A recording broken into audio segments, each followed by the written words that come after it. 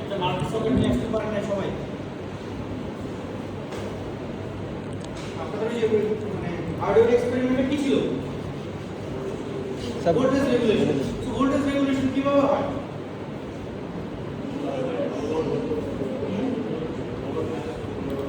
Formula বলতেছেন, সূত্র বলতেছেন, ভোল্টেজ রেগুলেশনটা কিভাবে হয়? মানে কিভাবে হয় ভোল্টেজ রেগুলেটর কিভাবে হয়? কিভাবে করছেন ভোল্টেজ রেগুলেটর? মানে আমার সাপোজ সিস্টেমে ভোল্টেজ কমে গেছে, how can I increase that? কিভাবে ইনক্রিজ করব? That is the regulation, right?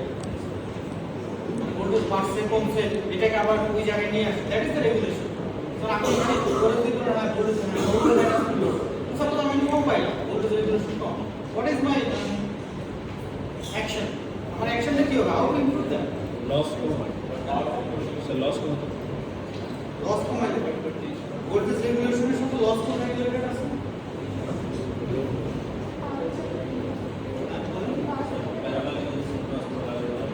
Parallelly synchronous motor. কেন প্যারালালি সিনক্রোনাস মোটরে কাজ হবে?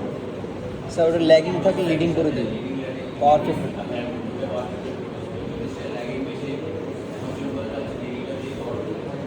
মানে অ্যাকচুয়ালি তাহলে আমার পাওয়ার ফ্যাক্টরের সাথে মানে আমার তাহলে ভোল্টেজ ইমপ্রুভমেন্ট বা সাপ্রেশন এটাকে আমি পাওয়ার ফ্যাক্টরের সাথে রিলেশনটা কি হচ্ছে? রিলেশনটা কি হচ্ছে? মানে রিলেশনটা কি হচ্ছে? তাহলে কি ডাইরেক্টলি ক্যাপাসিটর সিস্টেমের সাথে রিলেশন নাকি না পাওয়ার ফ্যাক্টর হচ্ছে কি বলে সিনক্রোনাস মোটর ওটা কি করে পাওয়ার সিস্টেমের মধ্যে কি করে? পাওয়ার ফ্যাক্টর কিভাবে ইমপ্রুভ করে? ফান্ডামেন্টাল কিভাবে? রিঅ্যাক্টিভ পাওয়ারটা provide right, reactive power provide. So that means আমাকে ফ্লো আসতে হবে এইভাবে। সিস্টেমে একটা ক্যাপাসিটর আছে, ক্যাপাসিটর। সো ক্যাপাসিটর যদি আমি সিস্টেমে বাড়াই, আমি যদি সিস্টেমের ক্যাপাসিটি ইনক্রিজ করি, what will be the impact? Voltage তো পরে বাড়বে। তো এটা আমার কি ক্যাপাসিটর বাড়ানো মানে সিস্টেমে একই করবে? রিঅ্যাক্টিভ পাওয়ার reactive power inject করবে। So it will inject reactive power কি? ও নিজে reactive power inject করলে সিস্টেমের reactive power কমবে না বাড়বে? বাড়বে। এই না আরে সিস্টেমে কমবে স্যার, সিস্টেমে বাড়বে? বা নাকি কি বুঝতেছেন নাকি বুঝতেছেন না? সকাল লাস্ট ম্যাডাম কি বুঝতেছেন? ক্যাপাসিটর দিলে reactive power বাড়বে না কমবে? মনে করতেছে কনফিডেন্স নেই। সার্কিটকে আলাদা করছে, এটার মধ্যে সার্কিট আলাদা অবস্থা করছে। এই যে দুই ধরনের পড়া, একটা আলাদা অবস্থা করা আসছে, পরীক্ষায় আসছে অ্যানসার দিচ্ছে। কেন কনফিডেন্স বলতে পারতেছ না? ক্যাপাসিটর দিলে কি হয়? রিঅ্যাক্টিভ পাওয়ার কি কমবে না বাড়বে? ক্যাপাসিটর কি করে? চেইনের রিঅ্যাক্টিভ পাওয়ার ডেলিভার করে। তাহলে আমার ও যদি রিঅ্যাক্টিভ পাওয়ার দেয় সিস্টেমে কি হবে? বাড়বে স্যার। পাওয়ার ফ্যাক্টর, তাহলে পাওয়ার ফ্যাক্টর ইমপ্রুভ হচ্ছে কিভাবে? ইউনিটির কাছাকাছি আছে। মনে করেন আমাদের একটা সিস্টেমে পিকিউ এরকম আছে 100 কিলোওয়াট 50 ওয়াট। সো আমি একটা ক্যাপাসিটর অ্যাড করলাম, এই ভারের অবস্থা কি হবে? কমবে না বাড়বে? টোটাল ভার বাড়বে।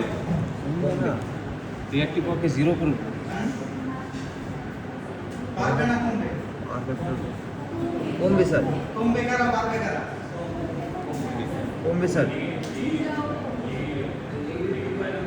হ্যাঁ কমবে স্যার। পড়ে খায়। পরিমাণটা বাড়বে, জিনিসটার সঙ্গে মাইনাস করে আর মানে কি আমার এই ক্যাপাসিটরের সাথে আমি যখন এনভিআরটা অ্যাড করব, suppose it will be -25 VA।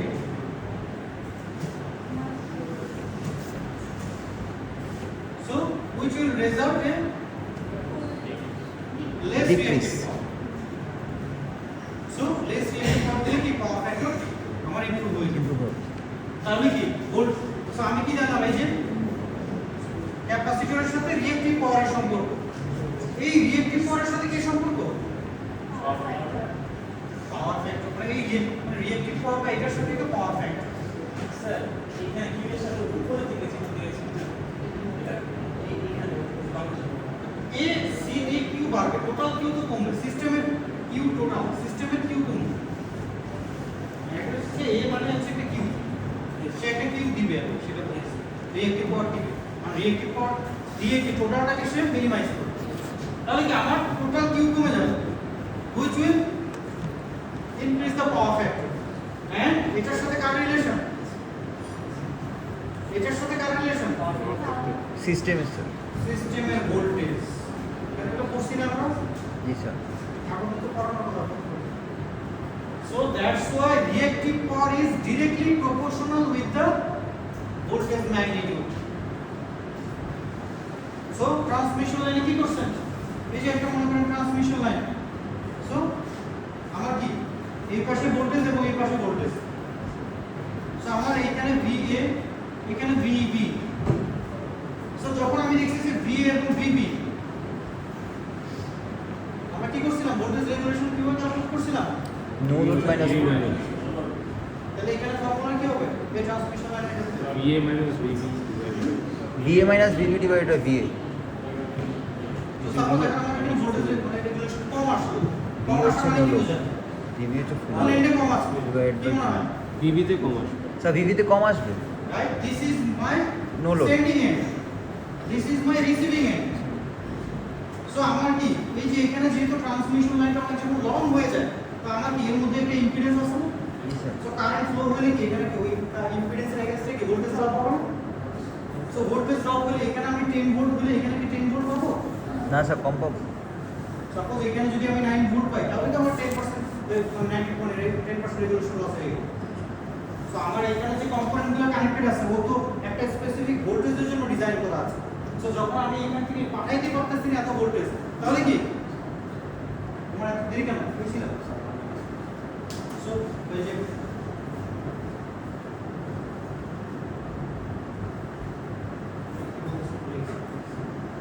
Sir এই ভোল্টেজ রেগুলেশনের কারণে ওখানে একটা নির্দিষ্ট ভোল্টেজ সো আমার কি আমার এখানে রিকোয়ার্ড ভোল্টেজ এটা আমি পাবো, তাহলে কি তখন আমার কি এই ভোল্টেজটাকে রেগুলেট করতে হবে, ইমপ্রুভ করতে হবে।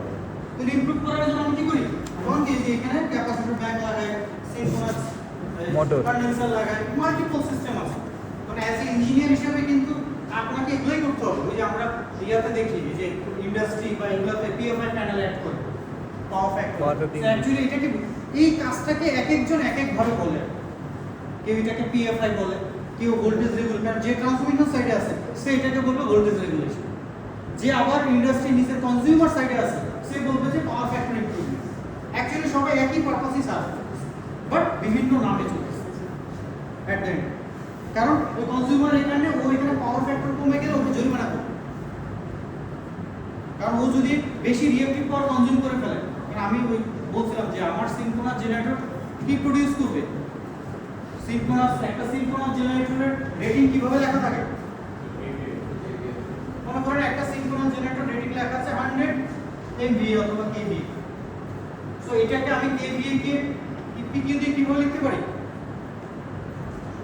আমি এভাবে লিখতে পারি না 100 j0, this is P, this is Q। এখানে কি মাল্টিপল কম্বিনেশন হবে, মাল্টিপল কম্বিনেশন করা সম্ভব। সাপোজ এইটি আমি জাস্ট ডাইরেক্ট হিসাবের জন্য বলতেছি। সো এটা মানে কি বোঝায়, এটা মানে কি বোঝায়?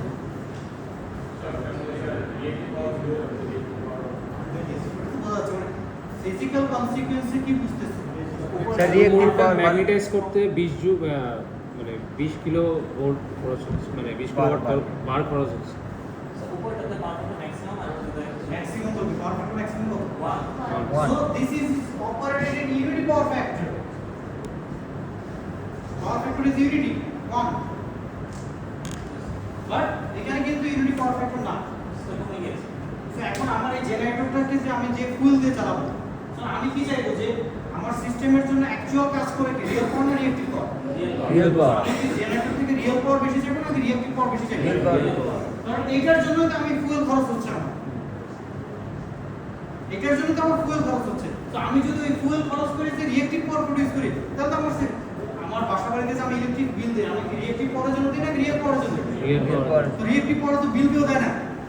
কারণ আমি বসে বসে যদি জেনারেটর লাগে সব রিয়েক্টিভ পাওয়ার বানাই, বিদ্যুৎ আর কেউ মানে অ্যাকচুয়ালি ব্যবহার হবে না। তো এই জন্য পাওয়ার প্ল্যান্ট কখনোই সে একটা সার্টেন লিমিটের বেশি সে রিয়েক্টিভ পাওয়ার প্রডিউস করে না। বাট আমার তো সিস্টেমের মধ্যে অনেক কম্পোনেন্ট আছে, ইন্ডাকটিভ কম্পোনেন্ট আছে যার রিয়েক্টিভ পাওয়ার লাগে। তখন তাকে বলে যে তুমি তোমার রিয়েক্টিভ পাওয়ার নিজে ব্যবস্থা করো, আমি ওইটা দিব না, কারণ আমার তো লস। কারণ আমি এত একটা 10 মেগাওয়াট 20 মেগাওয়াটের প্ল্যান্টে যদি আমি 1% রিয়েক্টিভ পাওয়ার করি, তাহলে তো আমার 1 মেগাওয়াট চলে গেল, 500 কেভিএ চলে গেল সাথে সাথে। সো এটা তো লস। এবং ওইটা আমাকে অ্যাকচুয়ালি টারবাইন ঘুরাইতে হচ্ছে, আমার ফুয়েল নষ্ট হচ্ছে, কুল চলে যাচ্ছে। সো এটা কখনোই প্রিফার করবো এটা ব্যবহার করবো।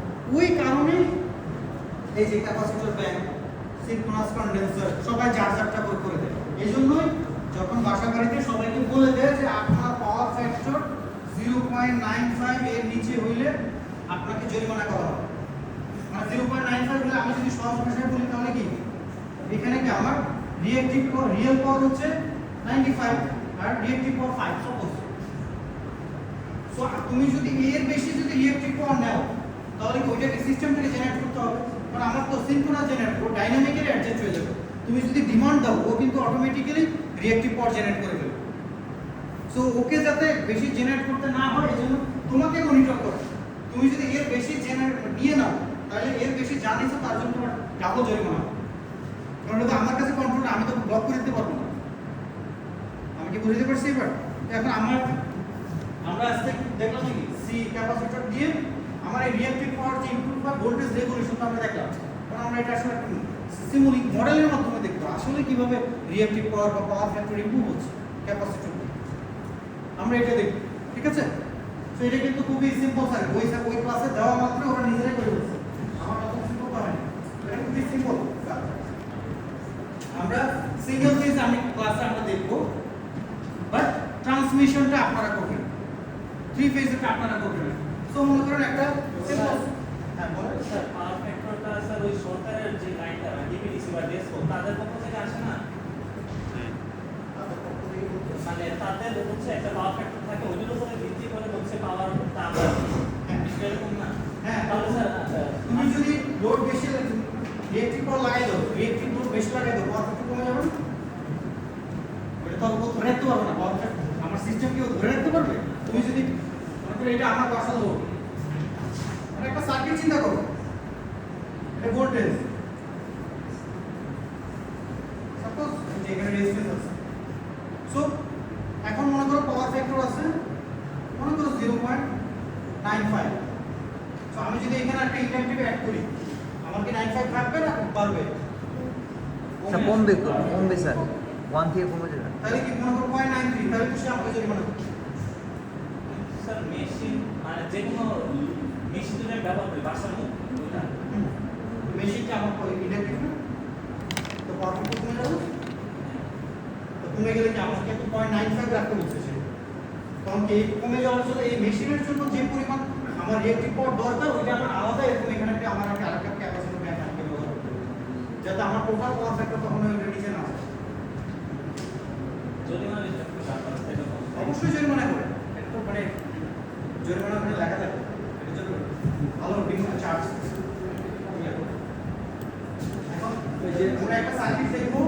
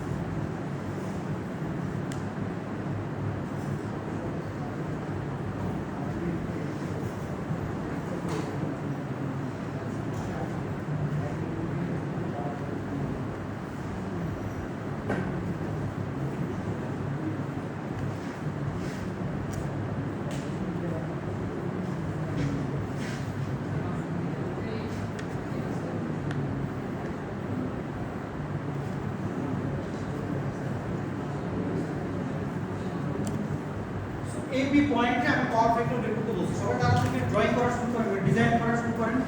আমরা তো বেসিক সার্কিটগুলো কিন্তু করছি। প্রথমে এবি পয়েন্টে পাওয়ার ফ্যাক্টর কত এটা সিমুলেট বানানো শুরু করেন। এবি পয়েন্টে